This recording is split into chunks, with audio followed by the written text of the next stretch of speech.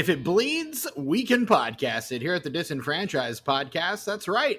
We're that podcast all about those franchises of one, those films that fancy themselves full-fledged franchises before falling flat on their face after the first film. Did I just forget my intro for a second? Yes, I did. Because I'm your host, Stephen Foxworthy. And joining me, as always, the most deadly man alive, it is Tucker. Hey, Tucker. Hello, Steven.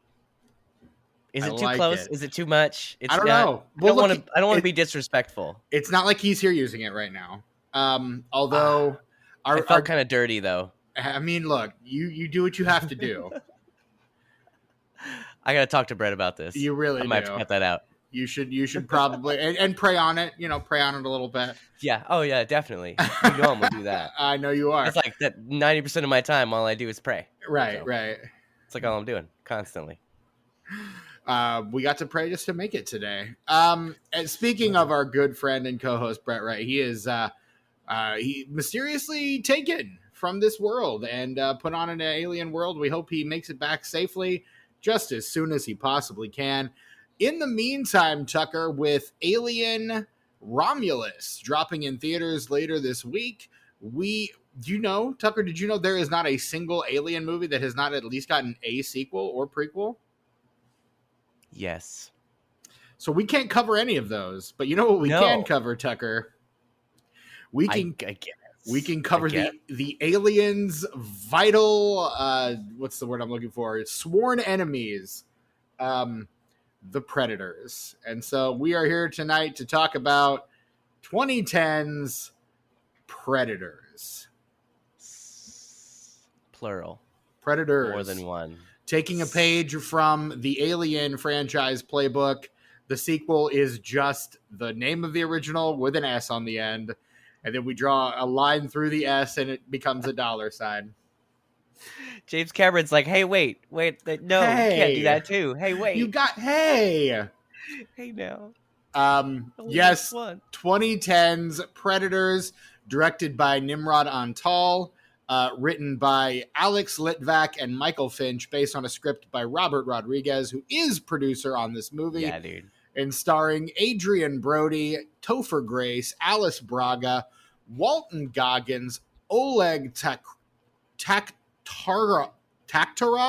I'm so sorry. Yeah, sure. Oleg Taktarov, Lawrence Fishburne, Danny Trejo, Louis Ozawa Changchen, and Mahershala Ali, along with Derek Mears, Carrie Jones, and Brian Steele. What a cast! Dare I say it? What a picture! You dare, Stephen. I do. I actually, in this instance, I do. I truly do. Look, something I like about Predator movies is they're kind of like Mad Max movies, even more so. Right. Like in that way, to where like the movies have some of the same characters, and maybe they take place in the same world, but they're all just different stories. Right. And I like that this one does something different with it. It's kind of a logical reversal of the original conceit, which is really fun, but it like expands out the lore in fun and interesting ways. Like it does essentially what you want a sequel to do. And it does it, I think, pretty well. Is it a perfect film? No. Do I have my problems with it? Certainly. But do I have a good time while watching it?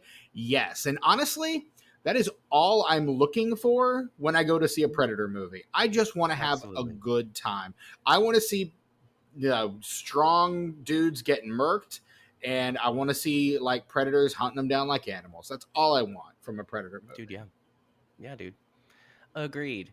I really appreciated that this film, and I'm sure we'll talk about this more later, but I wanted to mention up front that this is a B movie with money.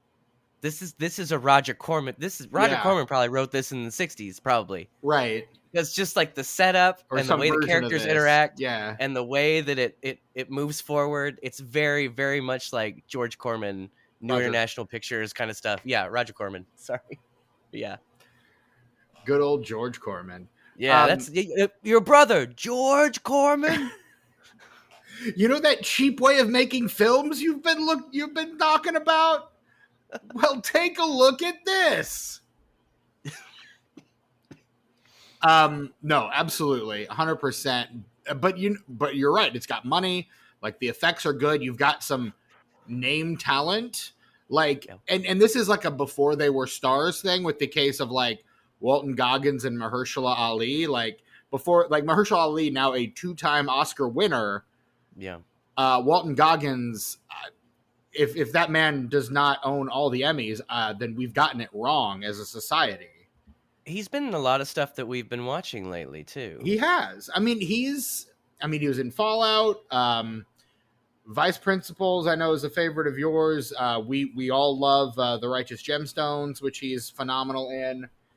Like he's got away, man. Well, no, I mean like for the pod. Like there's been a couple movies that we've done on the pod that he's been in. What else has he shown up in lately that we've been watching? Gosh. Oh, Next Karate Kid. Oh, that's right. He was in Next Karate Kid. That's Yeah, right. dude. As Walt Goggins. That's right. I do remember Yeah. that now. Wow. And then it was only recently that I watched him improvise a scene apologizing to someone for putting their uncle in jail in Billy Bob Thornton's Daddy and Them. Yes, you do like Daddy in Them. You've mentioned it several I did times. yeah. And you've I liked that pinpointed movie. it for a future episode of What Are We Watching? Yeah, he was in that too. He wasn't in it a lot, but what he did was really good. And I mean, he hits it on TV with The Shield. Is kind of his big breakout film role, which is 2002 to 2007. So he's done with The Shield by this point, but he's still widely seen as a TV actor. I think it's not until like Justified, Sons of Anarchy that he really starts to like pop and people are like, this guy. And then he's also in The Hateful Eight, which I think is another thing that brings him a little more to the forefront in 2015. And so we start seeing more of him, and for good reason. He's a fucking national treasure, and we love Walton Goggins.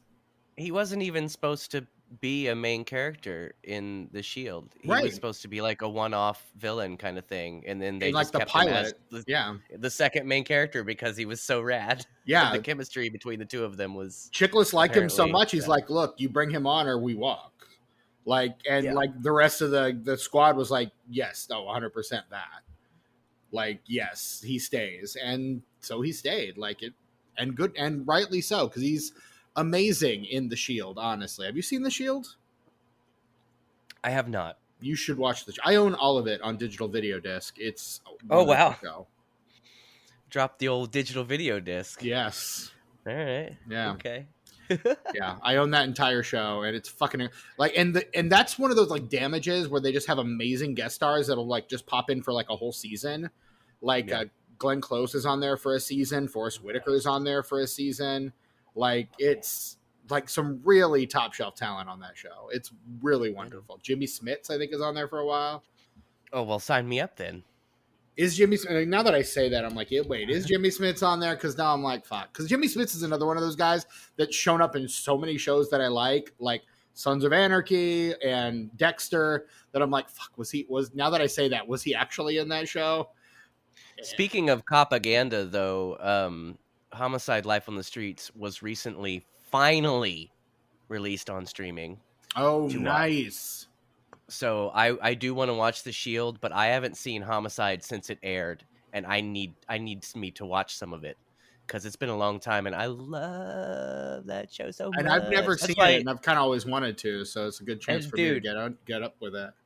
You watch that show, and you will enjoy Brooklyn Nine-Nine so much more. That is my understanding, because apparently very different. It's kind of and once you get used to him as his character in Homicide, and then Brooklyn Nine-Nine comes along, and it just kind of his character works so much better. I'm sure. Oh, I'm sure. I mean, it's kind of like the reverse of what Chiklis did with The Shield, because before that he was the commish, and everyone's like, well, you're the commish. You can't do that. You're the commish. And then he's like, this bald guy who's beating the shit out of people, and Yeah. you're just like, well, I guess you can. Yeah. A good actor makes it work. Jimmy Smith's tragically not in The Shield, so Boo. I was way off on that one. My I'm apologies. still into it. I'm still gonna get to it at some point. Where's it streaming? It's an FX show, so my assumption would be Probably Hulu. Hulu. Yeah. Yeah. Um.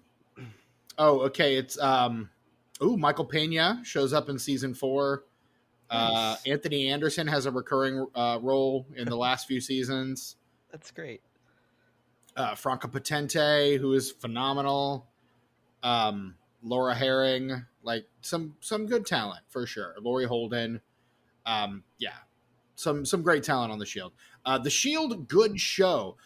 Someone on that show aggressively canceled for being legitimately terrible. One of the main cast members for all 7 seasons. But yeah, um, So I was wrong. It is not streaming yet. Homicide is not streaming yet. It will begin streaming on the 19th of this oh, month. well, that's soon. On the Peacocks. Oh, on Peacock, that does make sense. With the NBCs and all that. Of course, of course, of course. Where I watched all my Olympic coverage this year. Yeah, dude. It's the one stream. It's the streaming service I don't know what to do with all summer. Yeah, Because I have it basically for SNL. right. You watch Olympics, and now you can watch Homicide: Life on the Street. I don't watch no motherfucking Olympics. Don't give a shit about Olympics. But Dude, I'm glad it brings other people joy. I mean, you know the cool thing that happened to me this past week watching the Olympics. No, Steven, please tell us. I I was watching a race, the men's 1500, and I heard a name. They're like, "Oh, Cole Hawker's coming in from like 5th place," and I was like, "I know that name." And I looked up at the screen and I see this, skinny guy with a blonde ponytail, and I'm like, "I know that kid." And my partner was watching with it. She goes, "No, you don't." I was like, "Yeah, I was his teacher. He was one of my students once upon a time." And she's like, "No, you do not know one of the 8 best mile runners in the world, Steven." And I was like, I do. Like, I know that kid. And so I find him on Facebook. We're not friends on Facebook because I was his 8th grade teacher. Like, Well, who friends are 8th grade teachers? But we've got like 19 mutuals of other former students that are friends of his and other teachers. And I'm like, look, we've got 19 mutuals together. I showed her a picture of him on like Wikipedia. I'm like, that's him in college. He did not look that different when he was in 8th grade. And then finally, after he won the gold medal for the men's 1500, like out of nowhere, a really remarkable win. They're like, and who would have thought Cole Hawker from Indianapolis, Indiana? And of course, at that point, my partner looks at me just agog. Like, former student of Stephen Foxworthy. so yeah, that was really cool. One of my former students is an Olympic gold medalist. So that's kind of fucking wild. Yeah, dude. And like I was saying in the chat, hey man, it might not have been a lot, but you had something to do with that. I didn't have anything to do with that. I'm just saying at one point you were an adult in that kid's life, like an adult in charge, like showing him how to be an adult and like teaching him things and stuff. So even if it was just for a little tiny bit, you shaped that boy, Steven. I'm just saying. Just a little bit. But you deserve some credit. I'm gonna give you some credit, Steven. I'm gonna take none. So there you go. But Predators, Tucker, Predators. Can we now refer to you as No. Whatever you're about to say, no. Steven, former teacher of Olympic gold medalist, and then that person's name and then your name? We'll just call you that from now on. No, Like you've earned it. I have not. I have heard no such thing. Oh. I exercise my right of refusal. I'm gonna say you get it on a technicality then. Okay, fine. But I mean, yes, I was his teacher, but like You molded that boy. I Molded him. nah. It What'd you wasn't that teach him? deep. Bible. Yeah, you molded that. You spiritually molded that boy, dude.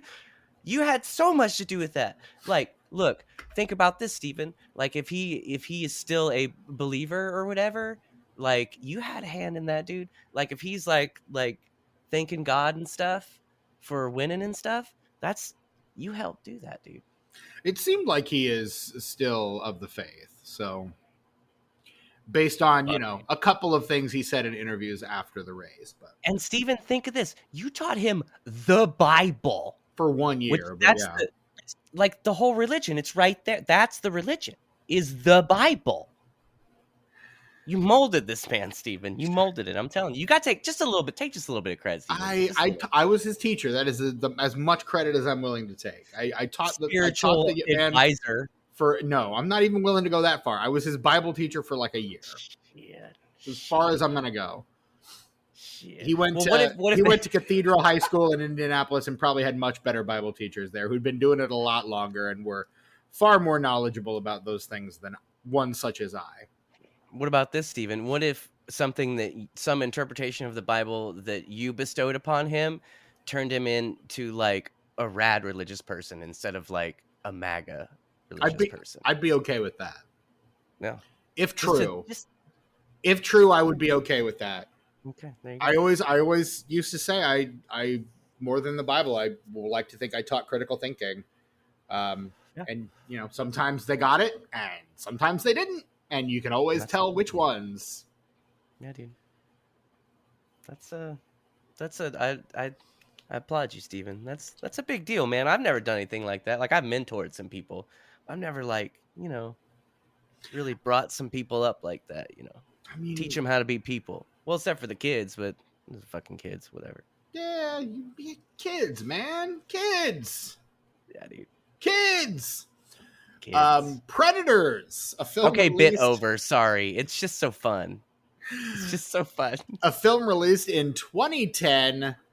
The third entry in the Predator franchise and probably the third best Predator entry, honestly. I gotta tell you, the Even first Predator, I recognize that it is a great movie and it's the best of the series, but I kind of get bored during it sometimes. Tucker. I know. I don't mean to. I want to be engaged, but there's a couple times in the middle where I'm like, I could be doing something else right now. But overall, it's really great. So for me, like, I think this is having only seen 3 Predator movies. This is my second favorites. Sure. So what is your history with the Predator franchise? And Good with segue. this movie specifically? Well, I'll tell you what. I've always been familiar, of course, because they used to sell toys of that shit, man. Yeah, man. The toys were So more popular than the brand for a while. yeah. So I always knew what it was. I think the first Predator movie I saw was Predator 2, and I think that was because for a very short time when I was a young man, a teenager, I was very into Danny Glover. Okay. I I don't know what to say. I just was. I don't Sure. know. Danny Glover is a treasure. We love Danny Glover. He's great. He Yeah, is. and like it And he's was been like too because old for this shit for decades. For I decades, had Tucker. I had just seen the first couple of Lethal Weapons, and then I saw Maverick, Mm-hmm. and then like I saw Predator 2. I Mm-hmm. was like, yeah, I like Danny Glover. I like him a lot. I still like him. But I was unreasonably obsessed with him for probably a few months when I was a teenager. So I saw Predator 2 first, and I think that's still my favorite. That's the So one this where one Bill is a Paxton dies. this one, yeah, this one, this one is a close second. But also, like, that's also not to say anything bad about the original. Like, they're all pretty, for me, they're all barely above each other. Like, they're Right. pretty comparable in entertainment value. Right. Now, I wasn't a huge fan of the Shane Black one, and I do not blame Shane Black for that. I haven't seen that one, Which, I mean, so future episode of this podcast of The Predator, like, it's let's do it. coming. We're doing it. Maybe we'll wait till they do another Prey, and Ooh, is which there I a would Prey sequel? I don't know. I don't know.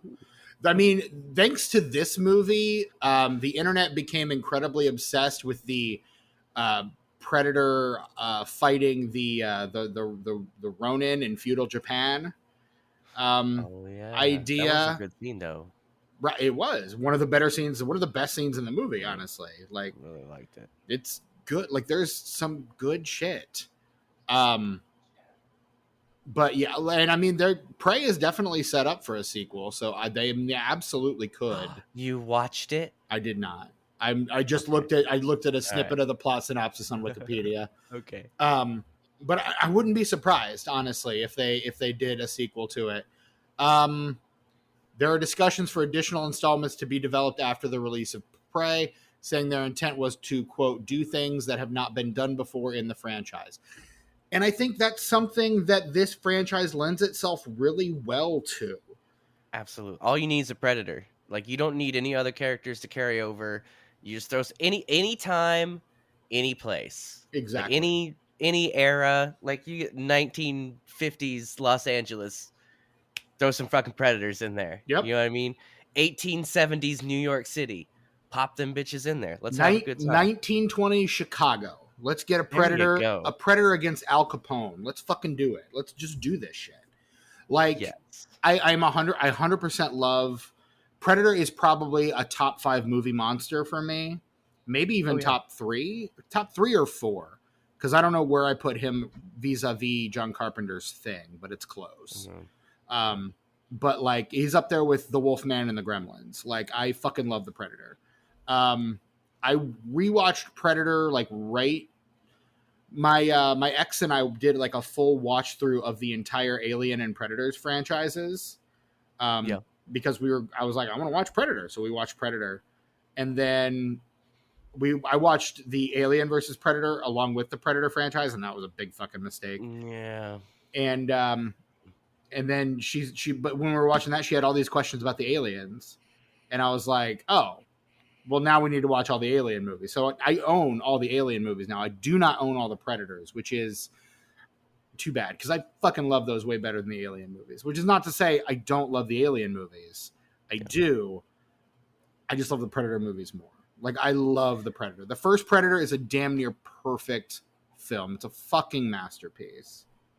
Well, I think what makes the Predator more interesting is that you don't really get you we still don't know where the fuck they're from or like what they do. Exactly. You get little snippets of like world building and backstory and stuff for the individual predators, but it's never the same predator. Right. So it's mysterious. With the aliens, like it was like that for a minute, but then we got into the prequels and everything, and now like I don't like that explanation. I don't like it. I don't Yeah. like the way that xenomorphs are being created in the prequels. I think it's stupid. I think it's a really dumb idea.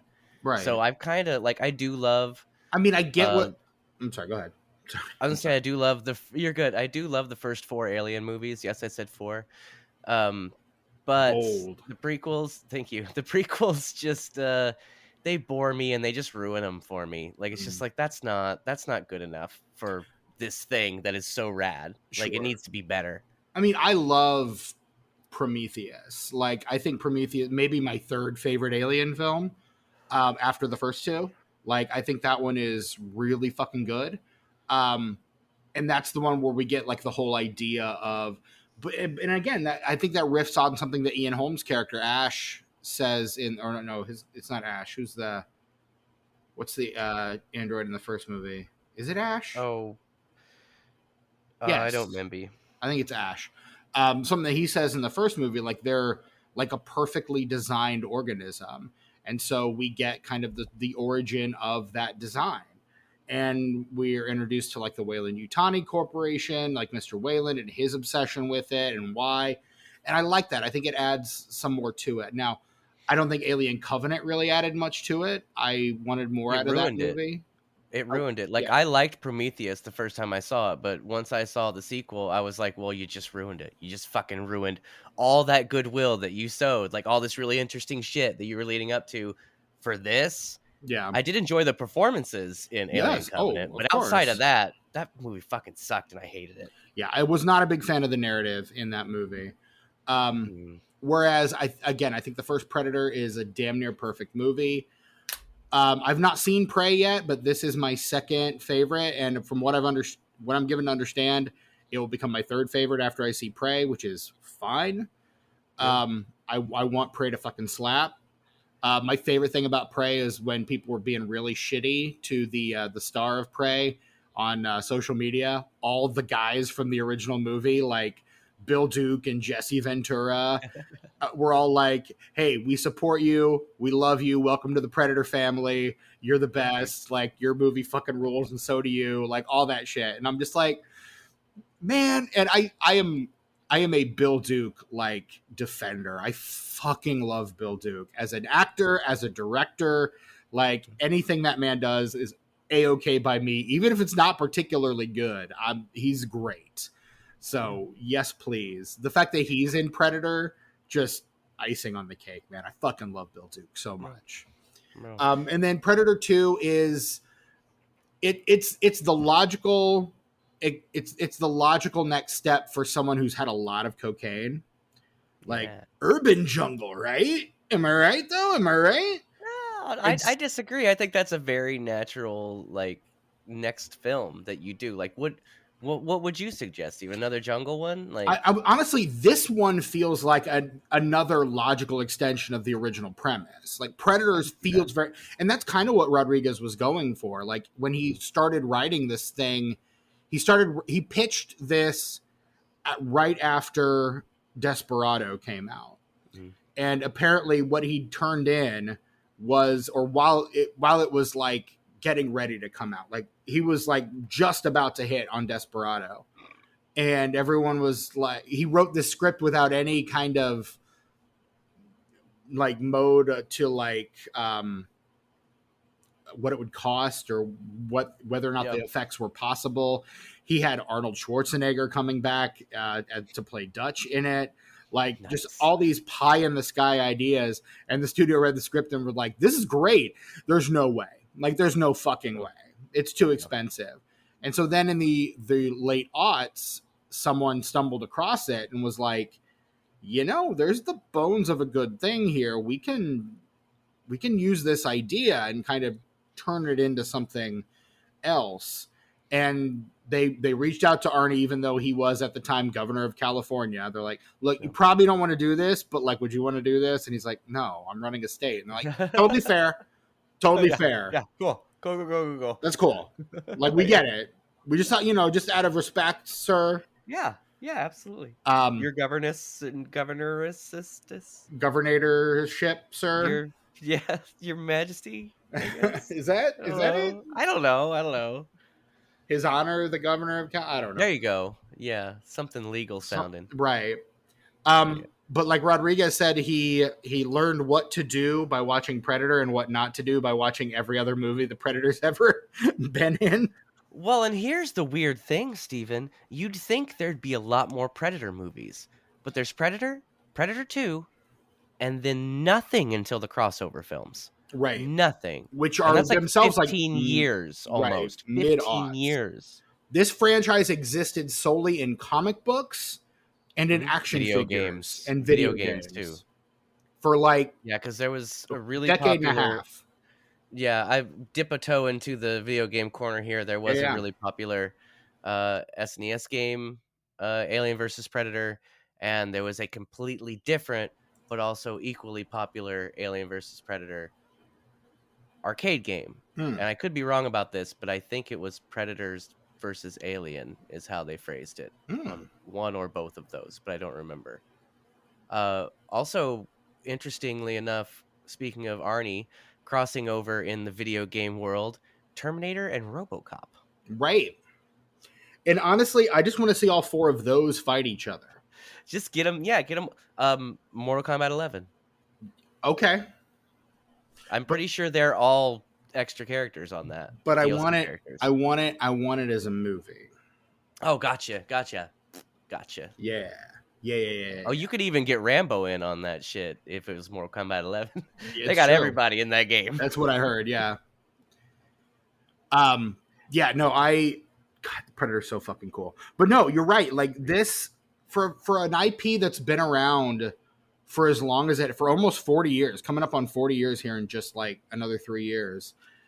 It's been so sparsely used by Hollywood, and part of that, like the original premise for the original Predator was like a joke. It was like Rocky versus Alien or something. Yeah. Like that was the original premise, and then it turned into what the movie became, which is the quintessential gear shift movie, where you've got, for the first half, it's an 80s action balls out like action movie, and then for the back half, it's a slasher movie about all those guys getting hunted and killed in the middle of the fucking South American jungle. Yeah. And we fucking love it for that. But then no film sequel within the franchise has done what that movie did.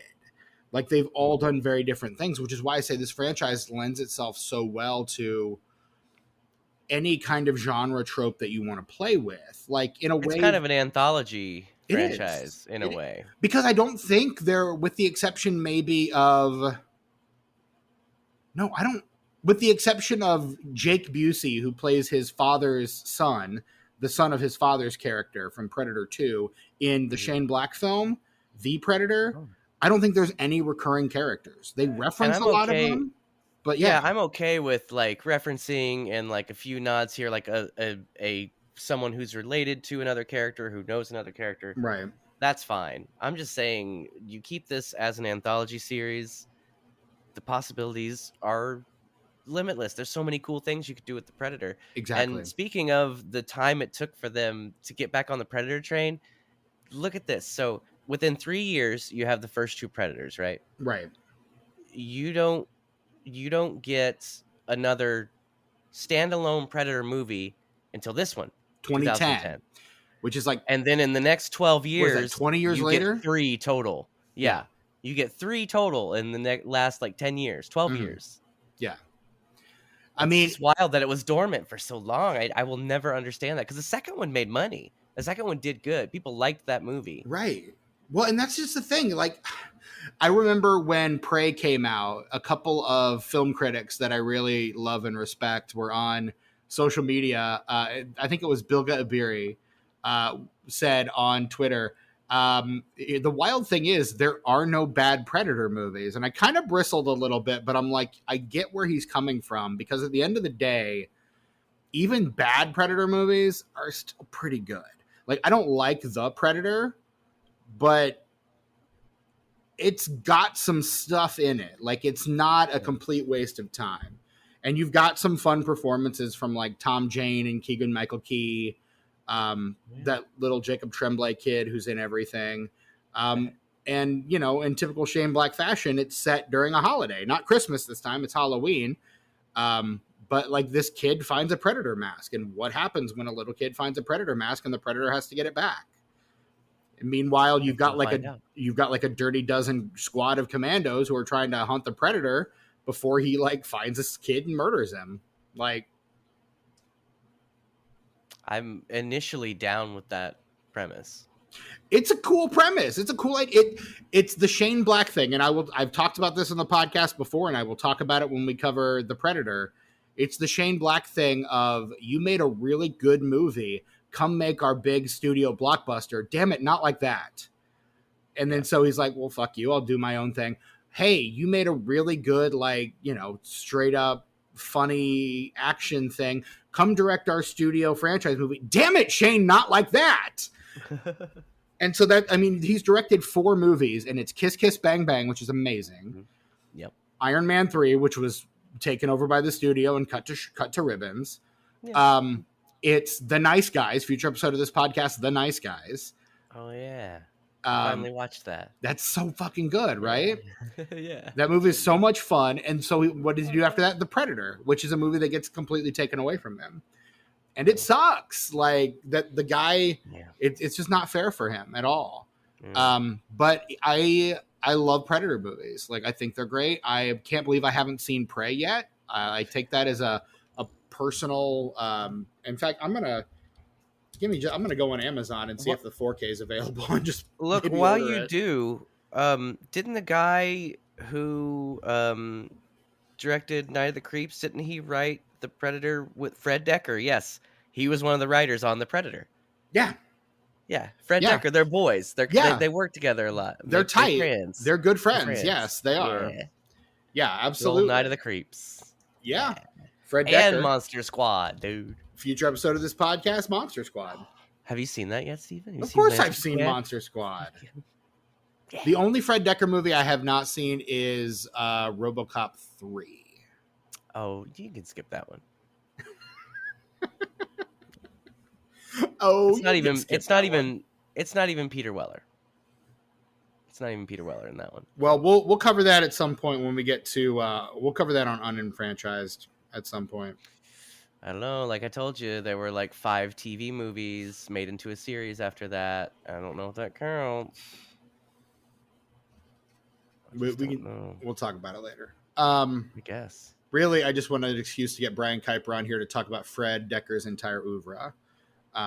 Is what I Be want. into that. Yeah. You know, when you guys talked about Night of the Creeps, I was jealous I wasn't on the show. That was a Brian pick. We reached out to Brian. I was like, hey, we want you on the show. What do you want to do? He's like, Night of the Creeps. And we're like, absolutely, come do it. So And you guys are like, what is this? And I just wanted to be like, oh man, oh.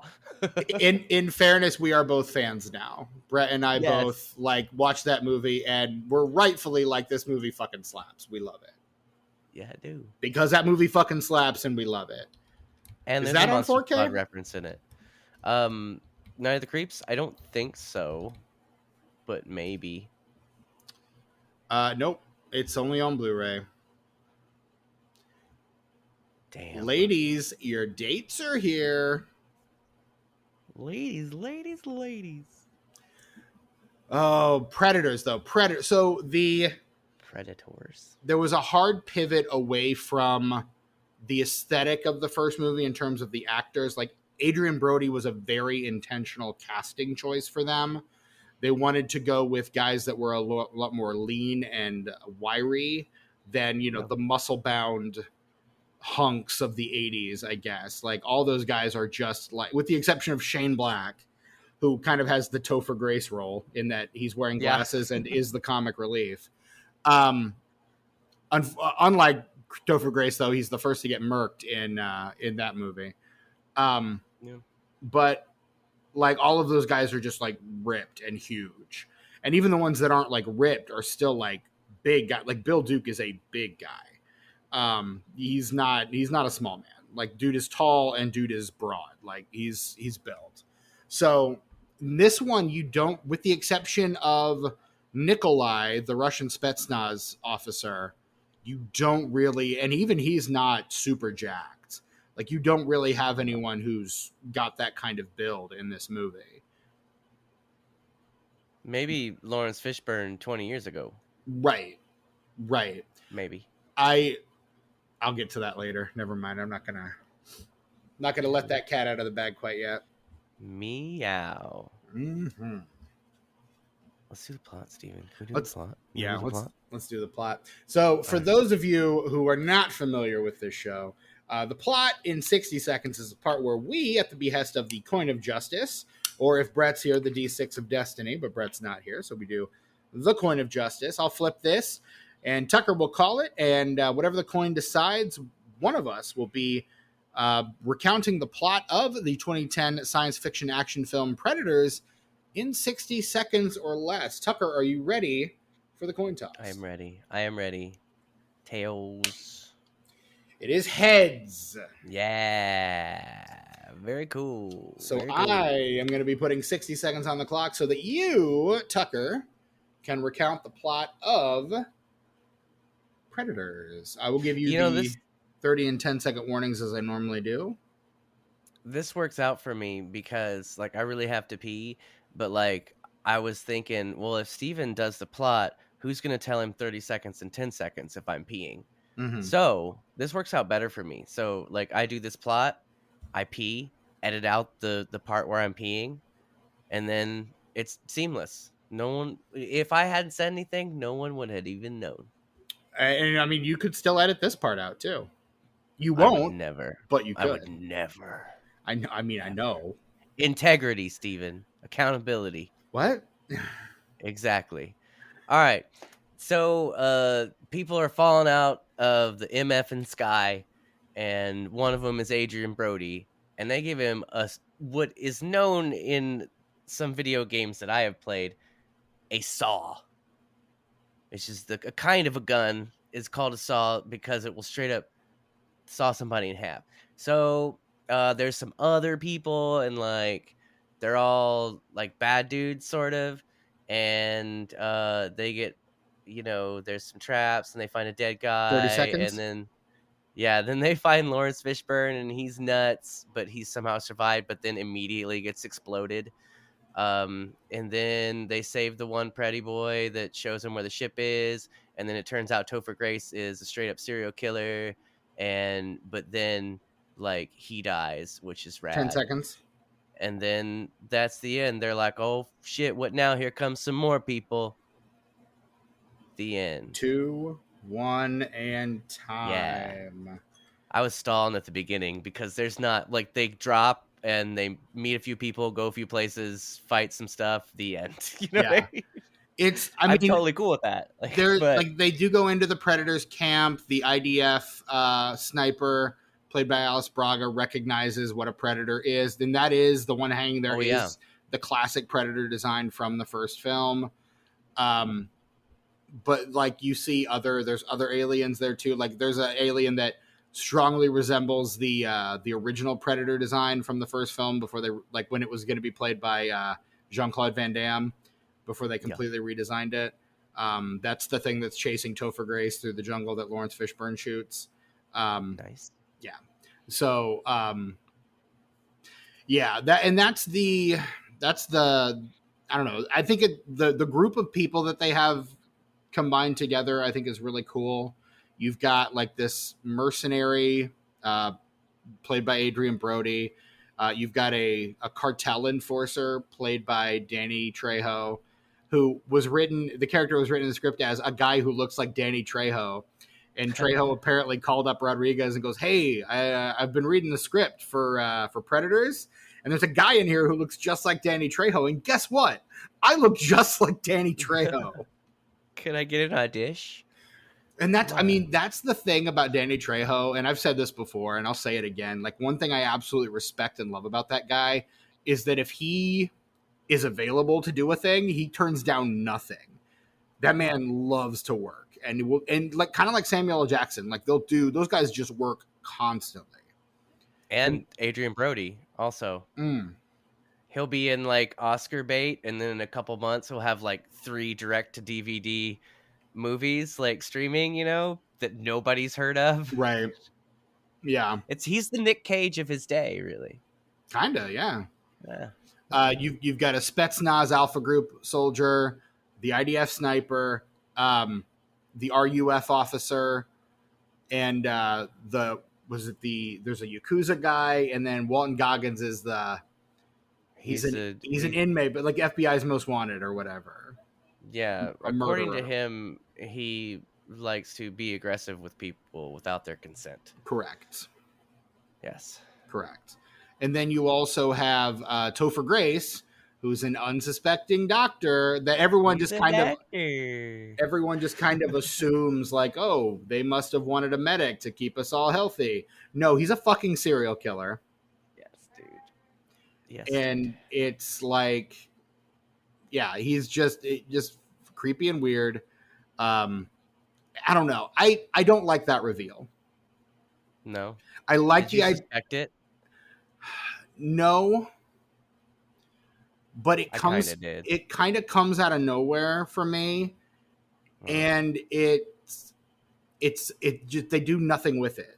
Like Oh, wait. it only creates tension for like 5 minutes, and then it's like because it happens right at the end of the movie. Mm. I know why. I remember now why I saw it coming. It's because I've seen this movie before. Right. Yeah. Duh. When you've seen the movie before, it's very easy to see it coming. Well, I had forgotten most everything except for the premise because I saw it when it came out. Right. I was like I was almost 15 years ago. So, I would most of it was still a surprise to me, but I was like, I'm pretty sure that Topher Grace is like a crazy dude. Mm-hmm. Pretty sure the whole time, and that was Yeah. probably because I'd seen it before. I doubt it. I'm really good at suspending my disbelief and being as dumb as possible so that I can enjoy a movie. Even if it's a really bad twist, I enjoy it because I am just like trying not to figure things out the entire time. Sure. Whereas my brain can't help but go, I bet he's blah blah blah. It's just the way my brain works. Yeah, dude. I'm deeply broken.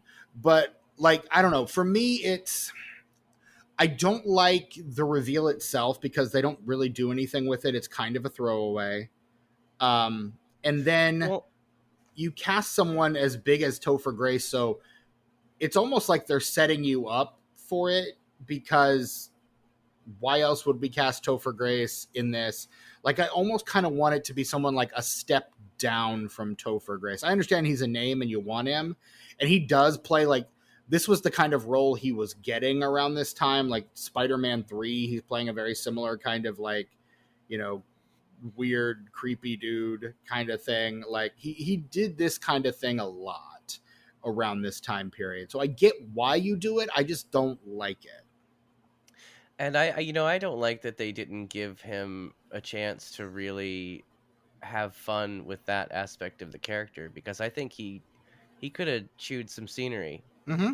if they given him a little more to do than just the reveal. It was Right. basically just the reveal, and he's like, "Oh, I'm straight up gonna kill you because you're, and I want to stay here because I'm a straight up predator or whatever." Yeah. And then Homeboy's like, "I didn't blow up, pap pap."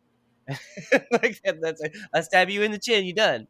That's it. Yeah. Stabs him in the chin with that paralytic shit, and then You get like lays a him on a minute. bunch of bombs. Yeah.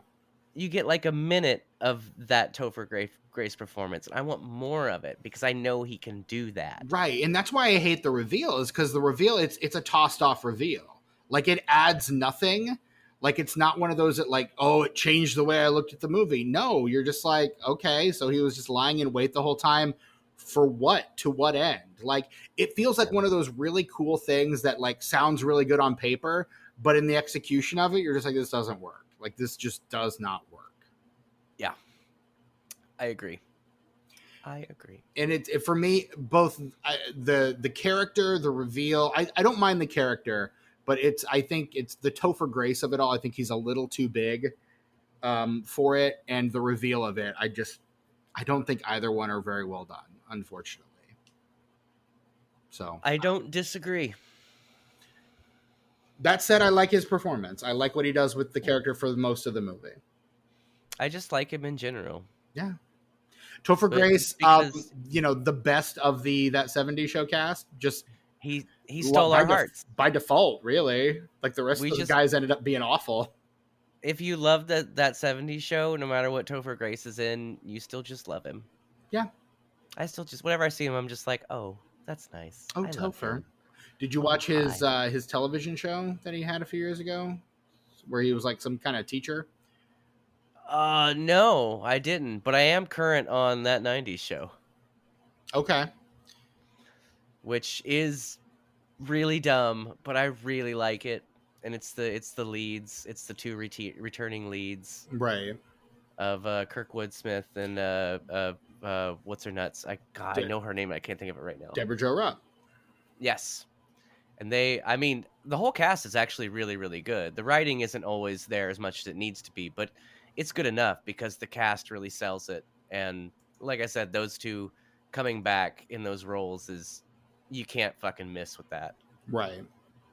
Yeah, I have not seen that '90s show. I did see the original that '90s show with Glenn You mean, Howerton. you mean the 80s show? Oh yes, that's the one. That's right. Yeah. Yes, that '80s show with Glenn Howerton and And Seth Kyler Meyers' Lee and brother, right? No, Josh. he was in No, that 70s show he was actually. in the last season of that Yeah, '70s he show. Right? was. Yeah.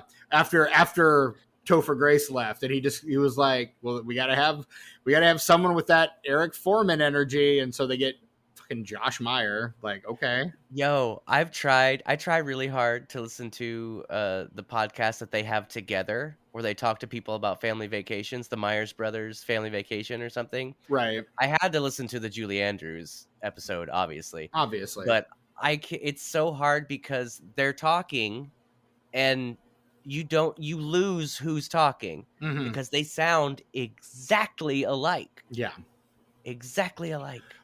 I will say though, Josh Meyer, I think he was not on Saturday Night Live. I was going to say he was on Mad TV. There was a guy who was on both SNL and Mad TV, and his name is Oh, escaping me. oh, crap! That's making me mad that I can't think of it now. It's Is it no, the one sketch of his his name was like Jeff something. The one sketch of his I Yeah. remember from Saturday Night Live was with Queen Latifah, where he played a fussy baby, and they end up rapping together at the end of the episode, Oh, that or at the sounds end of the sketch. It was not good. I mean, it was not fantastic. good. He was a later. I think he was actually in the cast with Josh Meyer. Actually, Jeff Richardson. Not Jeff Probe. Jeff Richards was his name. Yeah. He was in 3 episodes of Mad TV, and then like I think 3 seasons of SNL. He went from Not Mad TV the to SNL. not the only sketch comedy show crossover that has existed though, because you also have Damon Wayans with In Living Color That's and true. the like handful of episodes of SNL that he did. Before he got fired, right? Well, it was kind of mutual because Lauren was like, "Nah," and Marlon Wayans was like, "You right, nah." And so it's just kind of, it's basically how that went. Right, right. Like we thought we had something, but it turns out it was like I don't think they're mad at each other, but it was kind of like, yeah, I don't think this is No, working. let's Yeah, maybe not do this thing. yeah, Um, yes, but yeah, no, and again, the Topher Grace of it. Not that I any ill will to Topher. I just not this movie. Like, yeah, I want that's someone fair. that's a little less established, less of a name. Yeah, And I don't know who that would be. Like, I've thought about it, and I don't really have an answer to like who I would put there instead. But in like, 2010. exactly, and that's the math you've got to do. Like, I'm thinking the thing that's tripping me up is I'm thinking about the poker scene from Ocean's 11, because that's kind of the ilk of like teen celebrity around that time that you'd want to put in a role like that. But I don't think any of the rest of them are doing what he's capable of doing. You know what I mean? Yeah. You remember I what don't I know. mean by the poker scene, right? Where it's got like homegirl from what's the name of that witch show that was on the WB forever? Charmed. Charmed, that's the one. Yeah, it's got girl from Charmed and like one of the guys from Seventh Heaven or something in there. Seventh Heaven. You know that one, Steven? Come on, give I me a little Seventh Heaven. no, I Just a little bit. Just a couple bars. Just a my, couple bars, dude. my sister was a huge fan of Seventh Heaven, and so that was on constant replay in my house. Yo, that dude is a snitch. Like they're all snitches. That whole Yeah, family's a bunch of snitches. Watch that show. All they do is fucking snitch on people. That's yeah. all they do. My thing on that. Oh, you know what? Joshua Jackson wouldn't be too bad. I could see that for sure. I'm literally looking at the cast of Ocean's 11. Yeah. There's my biggest complaint about the show is that everyone on that show behaves in the most irrational way possible. And there was one episode I was watching, and the mom starts freaking out, and she goes, "No one here is behaving rationally." And I lost my shit. I'm like throwing stuff, going, "No one ever behaves rationally on the show." I've been seen. Just started throwing shit around. Like, when you call it out, it feels hollow because you're never rational. You're the least rational one, lady. The absolute least. Oh, Wow. my word. God. Ugh. Yeah. So there you go. Heaven. I here's the thing. I used to know it by heart. I don't Yeah. anymore. I don't That's anymore. okay. Because again, I have tried to block as much of that show out of my memory as humanly possible. Man, see, I got gypped by that show because like I came into it thinking it was gonna be like the kind of family drama like Life Goes On. Mm-hmm. Nah, I No. liked all those MFers. Mm-hmm. All those people in Seventh Heaven, man, they fucking sucked. Yep. I hated all of them. Mm-hmm. It didn't even matter that Jessica Biel was hot. I was like, damn, get out of here. She All fine y'all, as get out of here. she fine as hell, but that show, no, thank you. Nah. Yeah, Yeah. dude. Yeah. Yeah.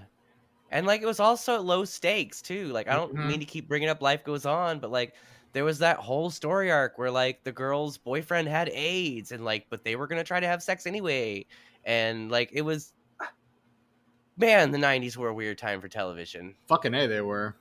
And then Seventh Heaven comes along and is like, oh, your friend's having troubles at home. Well, let's put our big feet in the middle of it and fucking snitch on everybody and make everybody else's lives miserable. Oh.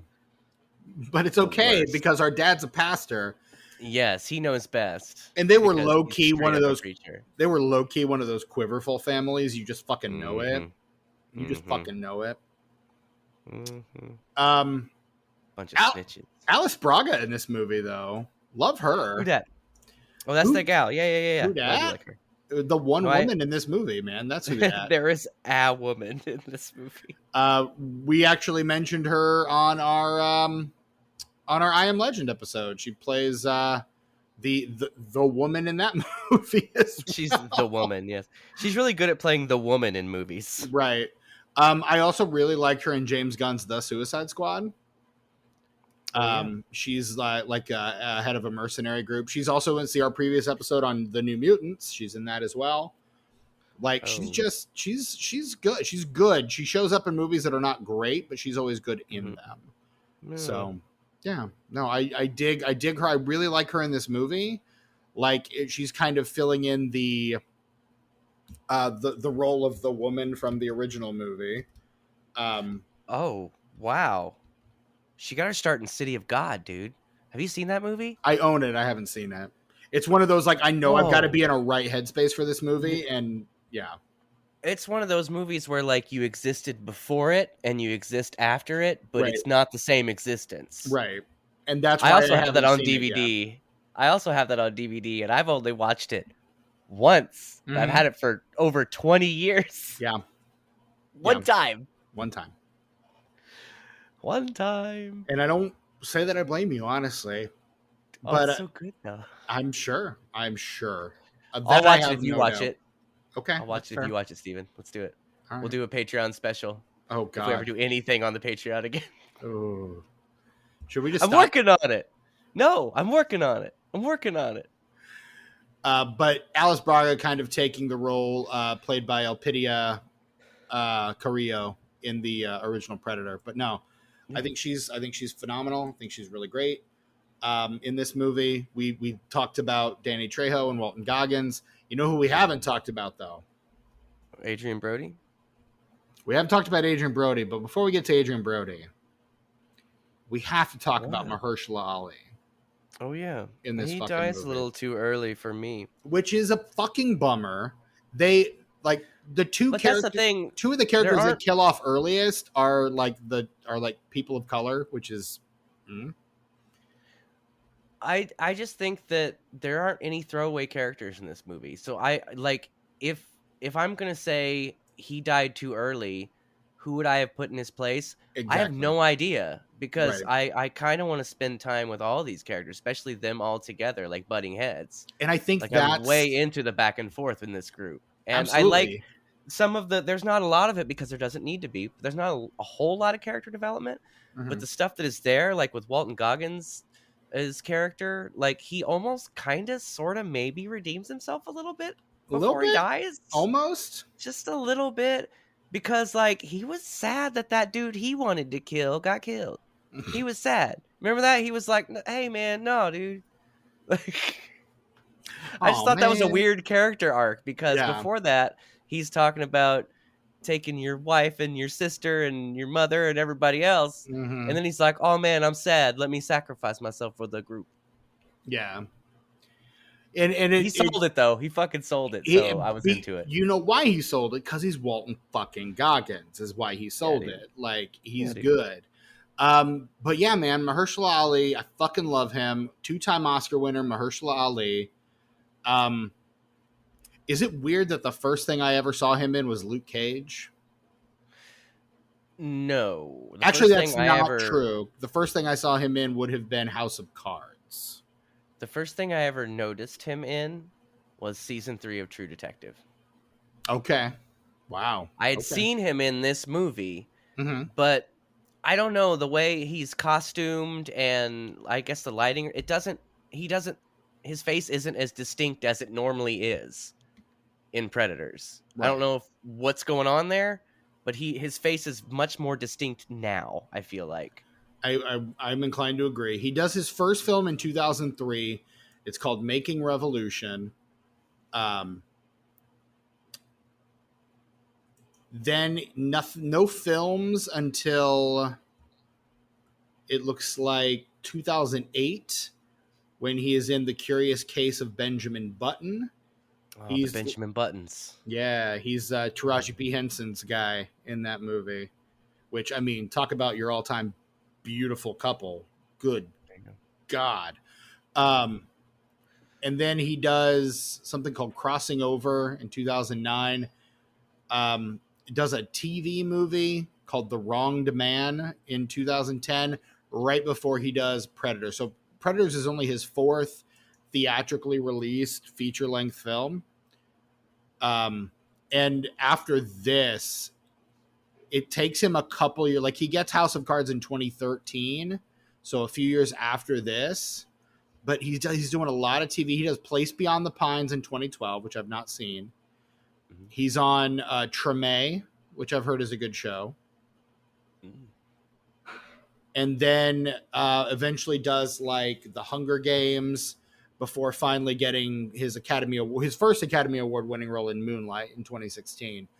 But like, you know, one of those guys who kind of gets his start in horror and like ends up becoming like one of the most bankable, recognizable like actors of quality of his generation. Like phenomenal. I would say I would consider him a character actor. Yeah, I would say absolutely. a character actor. Yeah. Yeah, and he's phenomenal in this for what little he has to do. Have you watched season 3 of True Detective yet, Steven? No, dude, of course I Okay. haven't. So the reason that I have so much respect for Mahershala Ali is in that show, him and Steven Dorff play two characters at three different points in time. Mm-hmm. And each one is physically, visually, aurally distinct.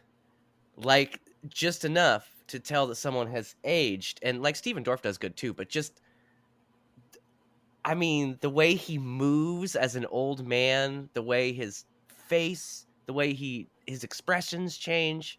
I've never seen anybody like I believe that. Like I'm like, wait, is this guy young or is he old or is he in the middle? And I like because when I first saw it, I didn't know who he was. I was like, wait, is this a Right, young guy? Like, or is this an old guy? I don't know right, because he was just man. There, I say I believe a performance a lot. I will use that as a phrase I use a lot to say I right. like a performance. But man, like I was hook, line, and sinker on that. I way believed it. Like I expect Mahershala Ali, if I ever met him in real life, just to be that guy from True Detective. He's so good, But he wouldn't be so good. because he's an actor. Like, Yeah, I know, and that's what makes him a good actor, dude. and he's only like he's less than a decade older than we are. Like Yeah, he's good. He's talented. we are peers. Mm-hmm. Had his 50th birthday earlier this year. In point of fact, Nice. so there you go. Nice. He is going to be the next Blade, apparently, and Maybe if it ever gets maybe. made. And Steven Dorff was the villain in the original Blade. So there you go. That's true. That's That a is thing. true. Deacon Um, Frost. Deacon Frost. What we said earlier that we like the Yakuza versus Predator scene, which is fucking incredible. It's really Um, great. I love the throwback to like the end of Predator 2 where they throw out the pistol at Danny Glover and it's from like the 1740s or something, Yes. like something ridiculous like that. And you know they refer back to that here when he throws the when the Yakuza guy picks up the katana and is like, this is really old. They've been doing this a long time. Yeah. And we just kind of get to see and Larry Fishburne, another part of this movie I don't like. I love what It's he's fun for doing.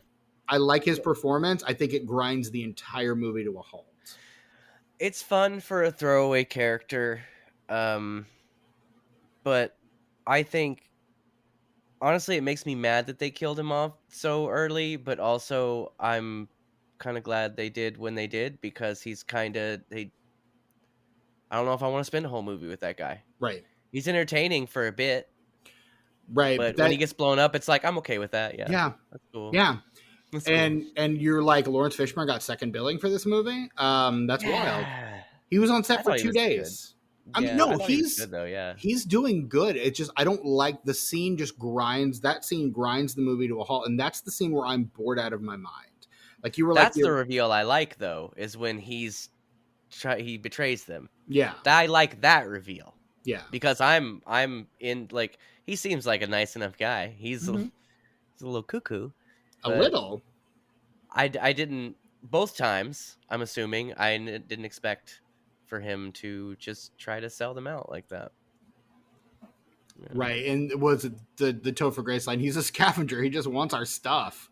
Yeah. Like that's it. That's all he wants, and that's how he's managed to survive for as long as he has. Is just Yep. by skulking around and scavenging. But I mean, I understand why you need the character as well. Like you need someone who's like been there and been through it and seen everything, so that you know like this is someone who you need the exposition basically. Like I Yeah. understand the function of the scene. I wish there was a way to do it while continuing to propel the narrative without just like stopping it dead for like 10 minutes. Yeah, dude. I agree. I agree. It doesn't bother me as much, but I agree with what you're saying Like, yeah, for I don't sure. know. It just, but even the first time I watched it, I was like, I don't really like this a lot. Like this scene, I could take or leave this scene. Like, I like that Larry Fishburne's in it. I like that he wears the Predator armor. I like that he gets to play a character because at this point he was still like the number one most associated role that people associated with him was Morpheus, and it's so Yep. different from Morpheus. It's actually a lot more similar to his John Wick character than it is to Morpheus. Um, but like it seems how that's the thing most people know of him. It's got to be fun for them to see him in kind of a different vein. But It I just he's don't like it in nothing this like movie. his character in Nightmare on Elm Street 3 in this though. No. Speaking of people getting their start in horror, Yeah. little Larry Fishburne hanging off a boat in Apocalypse Now, Yeah. and There you then go. like yeah, And little he was going by Larry then too. he is a stick in that Mm-hmm. movie, dude. Have you seen him in Apocalypse Now? He Yeah, of like course I you have. could He's so you can see it in tiny. his face. You Mm-hmm. can see it in his face, but that's a boy. Yeah. That is a boy in that Mm-hmm. movie. Correct. It's not a man. No, not at all. Which brings us, I guess, to Oh. Adrian Ma fucking Brody in this movie. Yeah, dude. What do we think of Adrian Brody? I think he's a very capable actor. I think he's really, really good when he has good material. I have a lot of respect for him as an actor. But I'm not most of the time. I'm just not into what he's choosing to be in most of the time. That's kind of where I land on Adrian Brody as well. I think he's very capable. I don't like a lot of the decisions that he makes as an actor. Yeah. Particularly looking at you, The Village. Like, Yeah. Well. yeah, well, mm, Yeah. Well. no, thank you. But he is in Peter Jackson's King Kong, a movie that I love. Yeah. Like he's a frequent collaborator with your boy Wes Anderson too. That's true. And as much as I love Adrian Brody, um, the ones that he's in, with the exception of the French Dispatch, are the ones I don't really care for. Fair. I don't like Darjeeling Limited. You liked Asteroid I City didn't. though, right? I really liked Asteroid City, which is weird because like I went to see Asteroid City at the movie theater, and I was like, "Damn, Wes Anderson disappeared so far up his own ass. He somehow came out the other side clean. This is good. Like this is really, really good." And like I'm always like I'm the Bottle Rocket Rushmore guy, where he You was are. just a little bit of that in there, you know. And as it goes on, I like them less and less. Though I do like Royal Tenenbaums and I like Steve Zissou. Um, but somewhere after Steve Zissou, he just kind of lost me until, like I said, he resurfaced from his journey into his own anal cavity. He resurfaced on the other side and somehow made all of that stuff into fantastic cinema with The French Dispatch, which, wow, if you haven't seen The French Dispatch, that's a good looking movie. I will tell That's you, a really well shot movie. Wes Anderson is not appointment viewing for me, I'm afraid. So like that's the one I don't really That's seek out his movies. There's one of them that I've enjoyed, and so I tend to just be like, I don't need to see this. so well. I do want to say something more about Wes Anderson, but I want to finish my original point here. Okay. Is that I saw Asteroid City, and it was my favorite. It is my favorite modern Wes Anderson film. Um, and then the next week after I saw it in the movie theaters, that Roald Dahl adaptation he did with Benedict Cumberbatch hits Netflix. I couldn't make it through 10 minutes of that. It's Right. one of the worst fucking things I've ever seen in my life, and people love it. It's I got like remember you saying 100% that. on Yeah. Rotten Tomatoes. I'm like, how? Are we watching the same thing? This is utter garbage. And so, like, Wes Anderson's one of those directors to where, like, because in the beginning he impressed me so much, I'm always gonna see what he puts out. You give him more of a pass than you would another filmmaker. But I'm also not afraid to say that fucking sucks. Right. Darjeeling Limited fucking sucks. The hotel one fucking sucks. That was the one that got Uh, nominated for all the fucking Oscars too. that Roald Dahl one fucking sucks. Steve Zissou is fine. Outside of that, they're all real good. Yeah. Royal Tenenbaums is the one that I like. Like that's the one that I'll point to and go, I like that one. I also didn't like Moonrise Kingdom, but I like Royal Tenenbaums, but it's like it's a harbinger to the movies I don't like. Right. It's the movie that made those other movies I didn't like a way that I didn't like them. Right. Does that make sense? Yeah. No, it makes perfect sense. What's your favorite Adrian Brody performance? Oh gosh. I might have to consult IMDb here, honestly. I'd have to say it's going to be The Jacket, but pretty Okay. much anything from 2002 to 2010 with a few exceptions, that's his golden run for me. Mm-hmm. So you got stuff like Cadillac Records, you got stuff like The Brothers Bloom, which you know I love The Brothers Bloom. Brothers Bloom was great. You know I love Brothers Bloom. I know you do. It's a Ryan Johnson movie. Of course you love it. Hollywoodland, King Kong. Did you ever see Hollywoodland, Steven? I did. I saw that one shortly after it came out on digital video disc. You did it again. I did it again. That's why we're friends. It's called a callback. Yes. But The Jacket, Steven, have you seen the Joaquin? No, I have not seen La Chaqueta. Yeah. Well, I call it a Joaquin because I always imagine that Joaquin Phoenix doesn't wear a coat; he wears a Joaquin. Damn it. So, I'm so sorry, but The Jacket, it's really, really good. It's a very claustrophobic film. It's the kind of performance that only a few people I think could pull off. And Okay. Adrian Brody is one of them, and you should watch it. It was kind of a cult hit in the horror scene in those days, and it's still you still spin yarns about it at conventions, you know. Okay. It's real good. Put it on your list. I don't know where, but I've- watch it at some point and I've let me heard know. good things. I have heard good things. I mean, It's a good double feature with The Machinist. okay. Those two movies together. It doesn't matter the order. Double feature. I think my favorite Adrian Brody performance, and I've not seen his Academy Award winning performance in The Pianist. He's really good. But I'm a sucker for Peter Jackson's King Kong, so it might be Peter Jackson's King Kong, honestly. Yeah. Like I fucking love that movie. He gets to share the screen with the Sumerian rat monkey box. Mm. Call back to Dead Alive. What's up?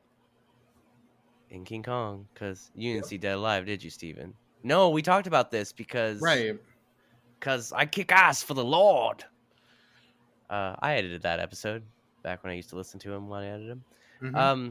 So don't see. Okay, in King Kong, when Adrian Brody he's in the ship, and he goes past some cargo, and one says Sumerian rat monkey, Right. and that's what causes the zombie plague in Dead Alive, a Right. Sumerian rat monkey. I've seen the other one. Brain Dead. Brain Dead? Yeah. I've seen Brain Dead, but not Dead No, Alive. Brain Dead is Dead Alive. It's just there was another movie in the US called Brain Dead, so they couldn't release it in the US as Brain Dead. You're thinking of Bad Taste. Yes, I am thinking of Bad Taste. Yeah. You need to get on Meet the Feebles, dude. That one's the Dude, one. I tried to watch Meet the Feebles in college, and I couldn't. I could not. As a lifelong Muppet fan, I Yo. had problems with Meet the Feebles. Speaking of, the Muppets have acknowledged that film. Oh, I know. Remember the Mayhem? Peter Yes. Jackson Oh, rolls in and he's like, "Yeah, we met the Feebles." yeah. I sure I do love remember that. that. Love that. I will also That's say such a good show. I really loved Adrian Brody in Summer of Sam. He Oh, is yeah. really good in Summer of Sam. I always forget he's in it because I don't watch Summer of Sam anymore now that I've seen Zodiac. Right, exactly. Yeah. Like now that's a fun double feature. Summer of Sam and Zodiac in that order, but yes. Yeah, watch Summer of Sam first. You don't like Mm-mm. respect Spike Lee, respect, but No, I mean, look, up until Zodiac, that was probably the best serial. Like, it's between that and like Silence of the Lambs, but yeah, like based on like a real serial killer, like probably the best movie. Well, And you got like what's Michael Rispoli as David Berkowitz in that one. yes, dude. Like, God, that movie's so good. And he's really good in it. So yeah, there you go. But yeah, I mean Adrian, but then he does shit like wearing dreads on Saturday Night Live, and you're just like, what the fuck are you doing, dude? Oh, you didn't see High School, did you? High School is this really weird comedy that he was in, like in 2010-ish.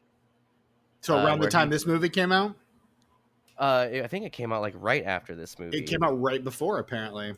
Okay, there you go. And this was when, like at that time, he had just gotten the Oscar, and like he's done all these big productions. I feel like this was kind of the start of him being like, you know what, this is cool, but I also want to do shit I want to do Right. just for fun.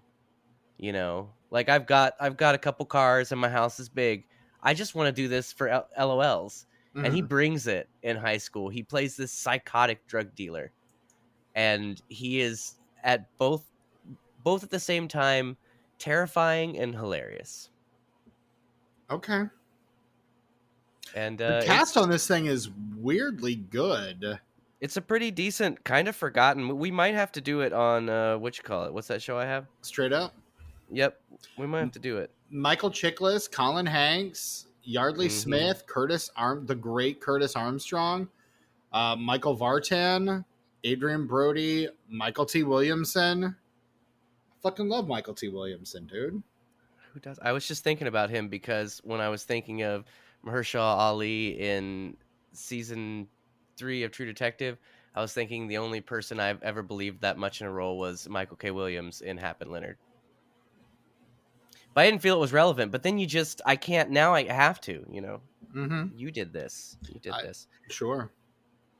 And speaking of Wes Anderson, oldest Wilson boy Andrew Wilson is in high school, who plays Future Man in Bottle Rocket. Okay. There's more Wilsonses, and they show up in a few different places. Yeah, he's with Booger. Adrian and Michael T. Yeah. Booger is in Curtis Armstrong. Yes, yeah. I mentioned him. Yes. Moonlighting's Curtis Armstrong. The only thing that kept me watching the last couple seasons of that. I believe it. I mean, because after they fuck, it's like, do I even care anymore? That's the thing. When the entire premise of your show is a will they, won't they, and they do, why the fuck do we need to keep watching? They did. You're right. Wyatt Russell, also in high school. I love that kid. You guys, it's. I don't know why nobody. I only know this because my, at the time, wife was a manager of a video store, and so I just watched all the new movies that came in. We just watched every new movie that came in. I just happened across that, and yeah, I'm gonna see where it's streaming because I think I'm gonna watch it tonight when we're done here. There you go. I love to be reminded of that film. What else you got to say about Predators, man? Not a damn thing, honestly. I mean, they had wanted to do a sequel. There was a sequel planned, but never really ended up happening. Um, Nimrod Antal said he would have loved to do one. Robert Rodriguez obviously would have loved to do one. I think Troublemaker Studios is a good place for Predator. So no matter what Robert Rodriguez creative input is on it, I think that's a really good home for it because I think they take care of the franchise. Is what I'm saying. They care Right. about it. And it's obvious in this film. I mean, it seems like the immediate aftermath of this movie is that, yes, we're doing a sequel. And then in 2014, they pivot to the Shane Black film. And basically lean on that to as another way of reinventing the franchise. Yeah. So, I mean, it's kind of one of those things. Like, this feels like a direct sequel to the first film. And, you know, there are those lines that are in every Predator movie, like, "You're one ugly motherfucker," which we hear in Russian in this movie, which I fucking Yeah. love. Yeah.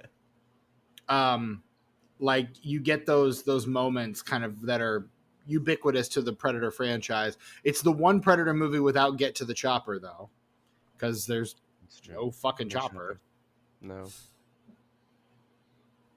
Not to But say that there wasn't. You could have probably thrown it in there when they were trying to get to that ship, but I'm glad they didn't because it would have yeah, felt forced. The other ones that they included did not feel forced mm-hmm. it to the point to where I just watching it and they'd say the thing and I'd be like, "Yep," and then a couple seconds later I'm like, "Oh, hey, wait, that's the thing from the Yeah, that's."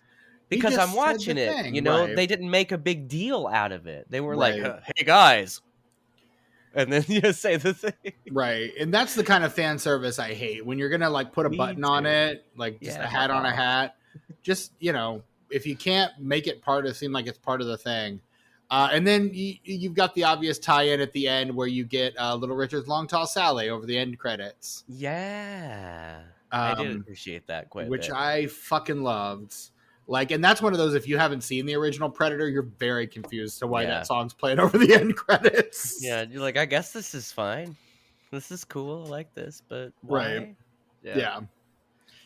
No, it's I think this movie's a lot of fun. I have a good time with it.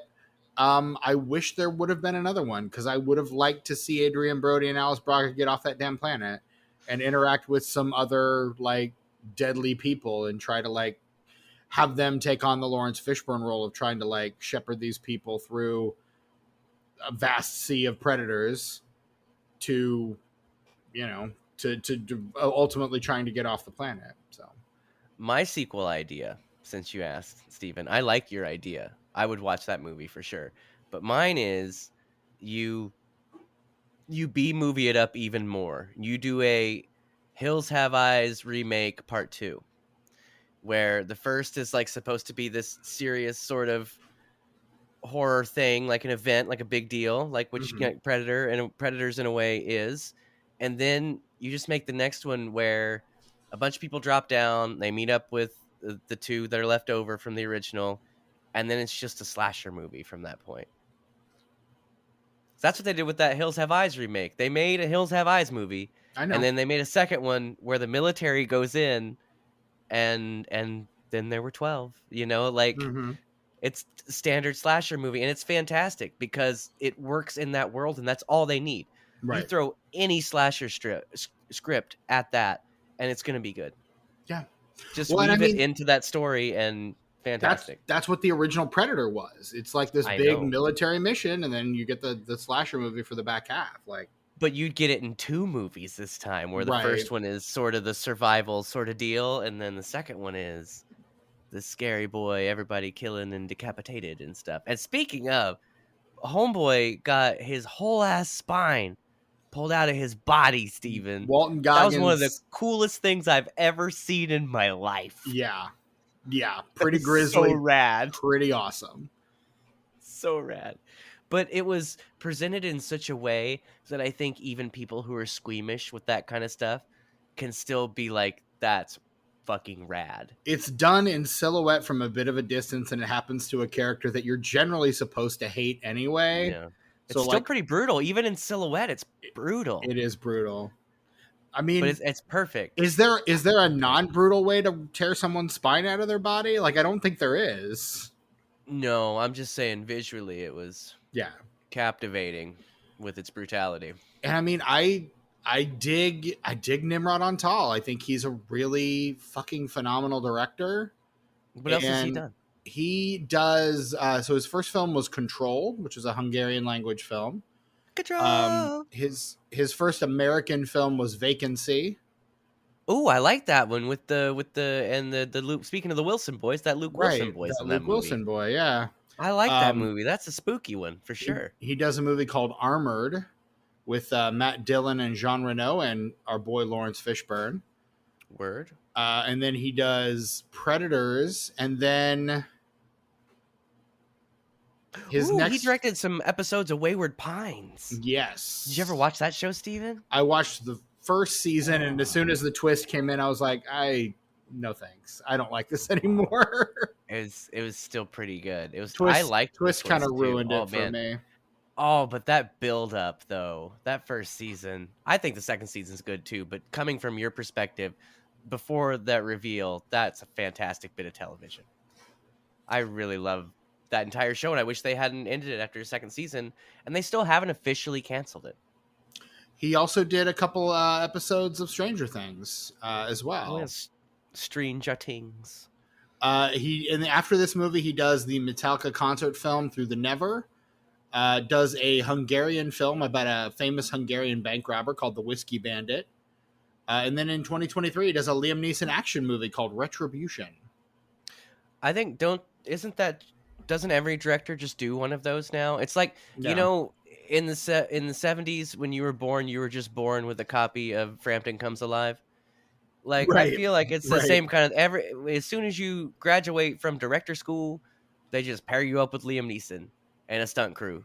Right. And a God. script written in 24 hours by someone coked out Yes. of their ass. Yes. Yeah. Welcome to Hollywood, ladies and gentlemen. Here's your Liam Neeson movie. Right. And I mean, that's pretty much all he does these days is that, like, that shit. So he's Hey, like instead of a quote, Taken, Nonstop, The Commuter. Like, he's got all these movies where he's just like, I'm going to kick your ass because I'm Liam Neeson.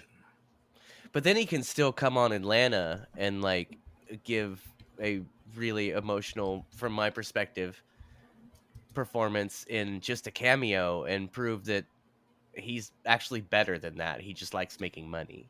Yeah, well, I think a lot of it was after his wife died, he just like threw himself into making as many movies as he could just to like squash the grief, and then just Right. kind of got into that vein and kind of kept fucking doing it. But yeah, he developed, like, with starting with, I think, Taken, he developed this whole like thing with the action films. Although you've not seen it, but his 2016 work in Martin Scorsese's Silence is, I do need to see that. you do. It's fucking amazing.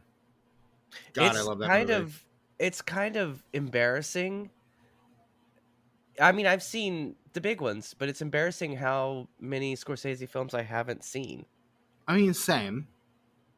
Or that I've only seen once. Like Goodfellas, I've only seen once. Yeah. It's Yeah. kind of Oh, embarrassing. speaking of, I have to announce it because I do bitch about this a lot, and I know I've done it at least a couple times on the podcast.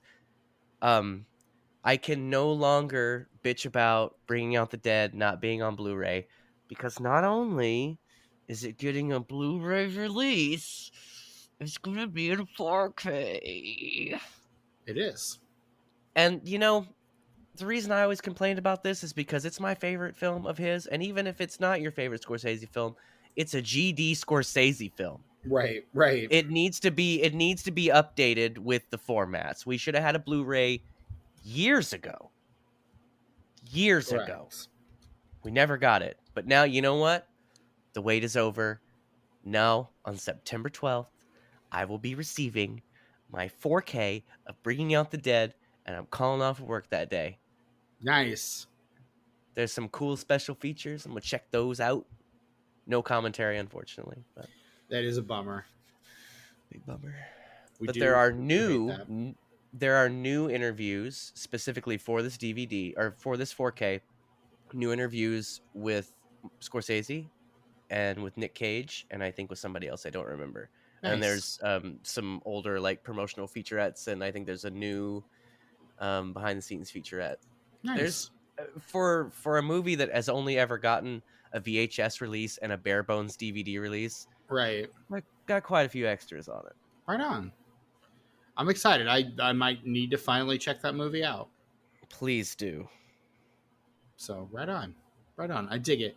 Um, Predators opened on Friday, July 9th in the year of our Lord 2010. Big summer release. I remember this movie coming out. I did not see it because at the time, foolishly, I was very anti-Predator. I was just like, that franchise sucks. That looks dumb. That's stupid.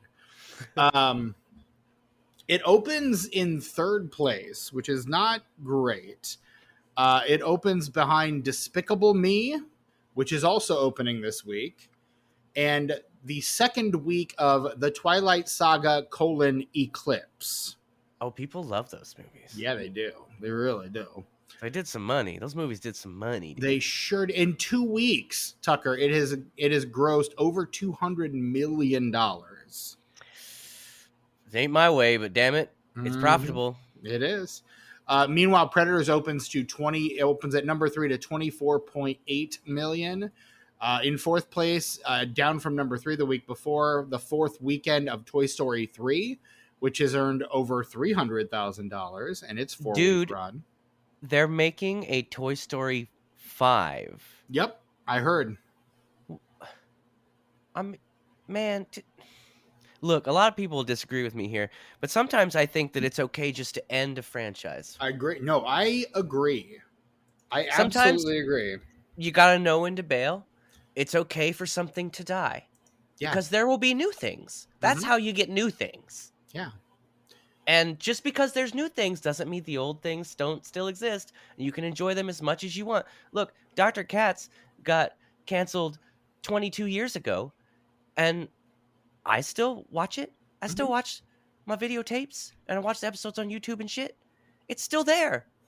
And I'm not begging for more. I don't need it. I'm good. No. I got it. I already got it.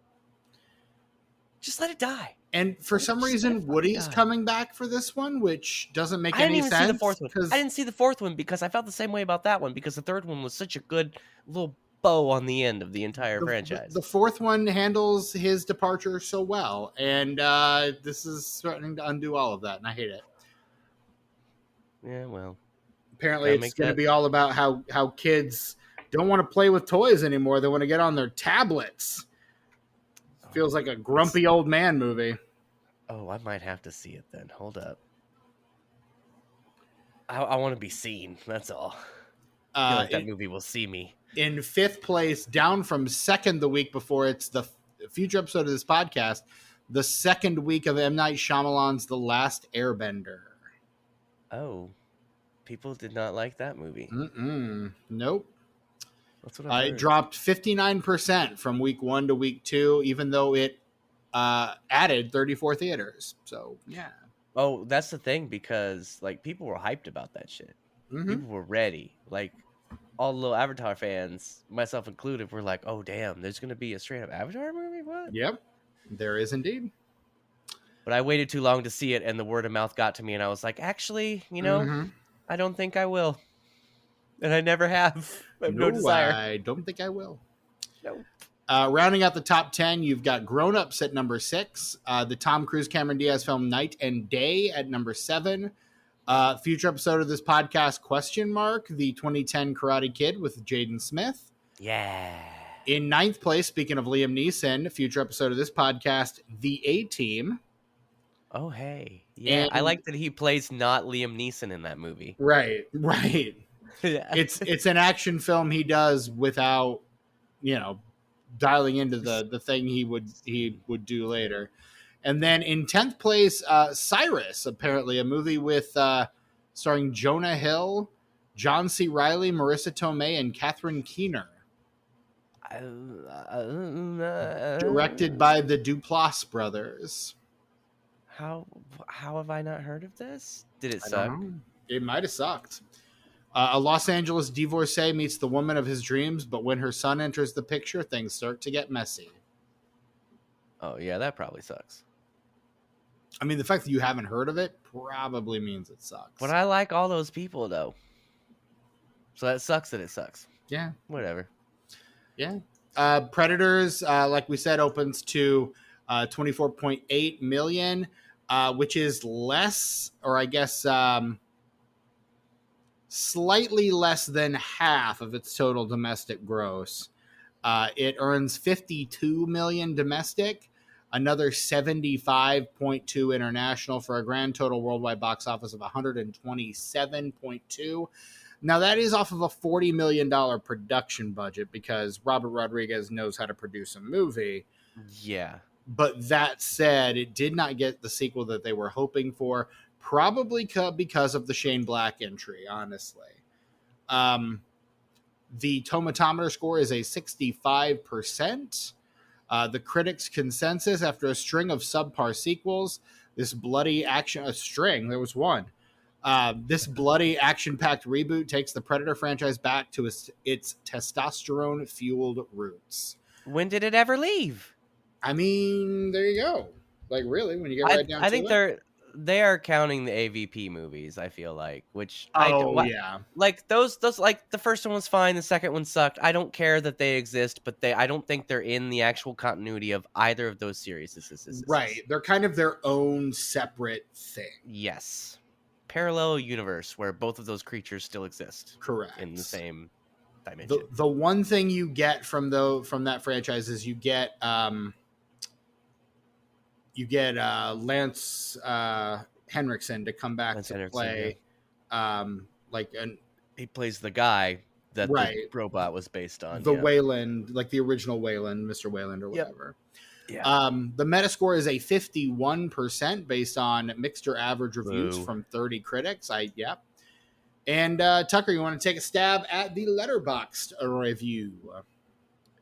I feel like this one's going to be somewhere between 2.9 and 3.3. 2.9. Nice.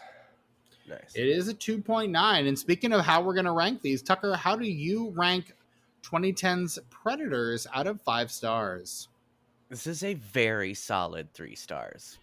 It's a 3.5 for me. It goes up a little bit in my estimation this time. But yeah, I really, really dig this movie. Kind of want to own it in 4K. I'm not going to lie. I'd buy it on 4K. I would buy a collection, honestly. Even though I haven't seen Prey or The Predator, I know at least one of those is good. They do have the 4-movie collection, which includes the first 4 films, everything but Prey. But you can also, you can get that on 4K for like $56 on Amazon right now. That's not bad. It's not too bad. Yeah, dude. But yeah, there you go, man. Like Predators, I dig Predators. More Predators. It's really good. And we did this because, of course, we're celebrating Alien.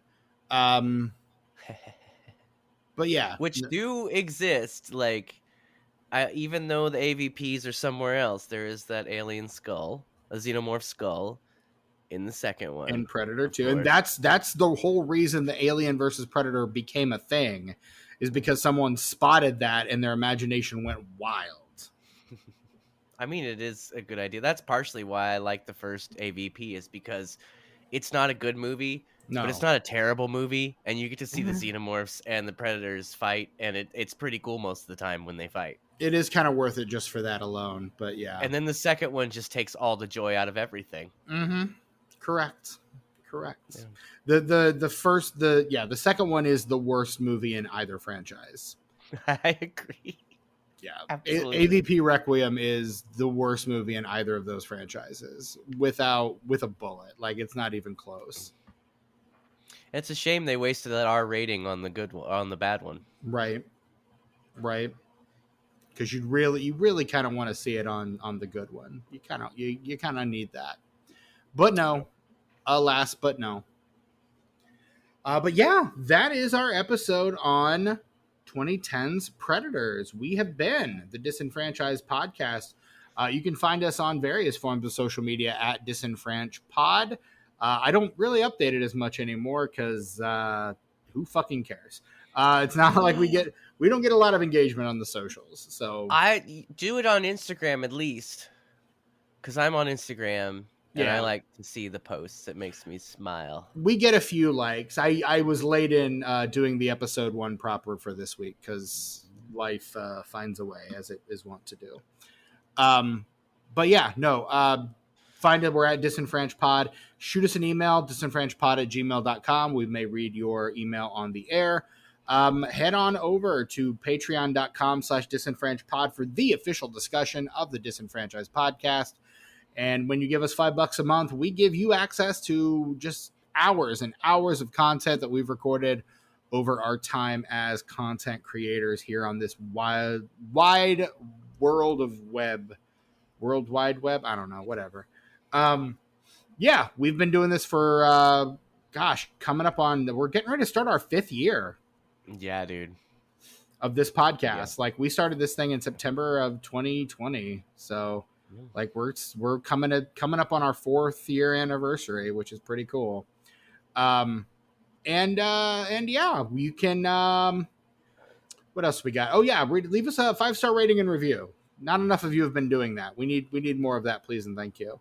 Yeah, you can find me on social media. I'm at Chewy Walrus on a handful of places. You can find me there. Buy my book, Check In, Check Out, that I wrote with my partner, Mandy Gossage.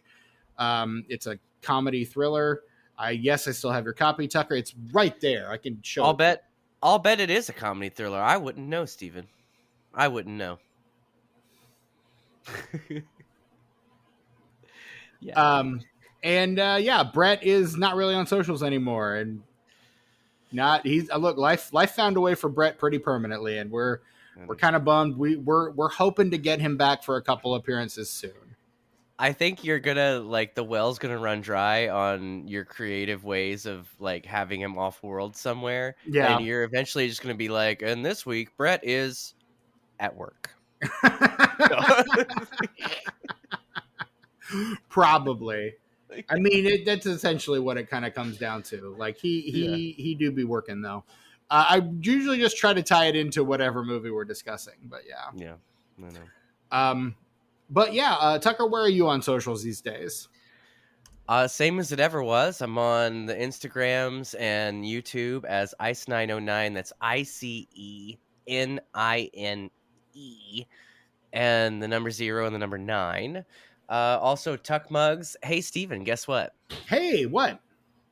Next time you see my social media coordinator, let him know that I'm working on a Tuck Mugs post. You know who sent me a guest mug? Is it our good friend Evan Jimmy Toohey? It is Jimmy. Yes. Yeah. He sent it to me, and I've been so busy. See, Jimmy's not. He's a good visual artist. And he's a great musician, and he's a fantastic lyricist. But when it comes to Tuck Mug posts, he just doesn't have what it takes to really deliver something. Like, the photos are great. Sure. I would expect nothing less. The description, it needs a punch up. Like last time I did a punch up for him. Right. And he assumed I would do one this time as well. And I just haven't had time to do it. It's going to be a great post. And the mug that will be featured on Tuck Mugs is a mug that is featured in the music video for Grand Voodoo Band, a.k.a. Jimmy's, most recent single, You're Making Me Nervous and I Don't Care. Cool. So check out that video on YouTube and spot the mug in that, and then keep notifications on for Tuck Mug. So as soon as it gets posted, bam, you'll be able to see it. Boom. I'm off tomorrow. I'm off tomorrow, Steven. I'll probably get it taken care of, and I'll just send it on over to you, and you just kind of put it on. Okay. That sounds good. Yeah. I'll let your social media manager know. Yeah, let that guy know. Have we paid him recently? Never. We need to pay him. Okay, yes, damn. Definitely do. All right, hit the petty cash. No, but that's where I'm at. That's where I'm at. The summer is not the most exciting time at Tuck Mugs, Right. because not only am I very busy, but I do not do a lot of drinking out of mugs because it's Because too hot for coffee, it's it's so too damn hot for hot. hot cocoa, and it's too hot for soup. I Uh, occasionally drink cold things out of mugs. I'll put an ice cube in like my coffee mug sometimes in the morning. I drink juice out of mugs There you go. because I never want like a full like pint glass of juice. Sure. I just want like about half that, and like I broke both of my Scotch glasses, so I just used mugs. I was about to ask if you didn't have any juice glasses, but no, I apparently need to not. get some more. Oh, you call them? I call them Scotch glasses. Well, I mean, I have separate glasses for scotch that I use. I'm saying it's around that size. It's about Sure. half of a Little standard glass. little Yeah. tumblers. Yeah, yeah, yeah. Yeah. Yeah. Tumbler. There you go. Yeah. That's an even playing field there. Right. For sure. For sure. Right on. Yeah. That's me on social media. Cool. Well, and that is our episode on 2010's Predators. So join us next week when we do another failed franchise starter. I'm kind of excited and terrified by this one, and yeah, I'm excited too because we're going in blind. I have no idea what it is. I have no idea what's happening. I have never even seen this movie. Although the star of next week's movie has a connection with one of the stars of this week's movie. And also, we were talking about a fucking show he was on during this episode. If that's not a huge ass spoiler, I don't know 2 shows what it could be. At any rate, I know. I know. Sorry, Stephen, go. Please, I'm sorry. Sometimes if I don't have anything to add, I just let it go. But you can't let that happen. You can't just drop it. I can't take my own advice and know when to bail. No, you don't. You really don't. Anyway, I'm trying to bail now. I know. This has been the Disenfranchised Podcast. Until next time, I'm your host, Stephen Foxworthy.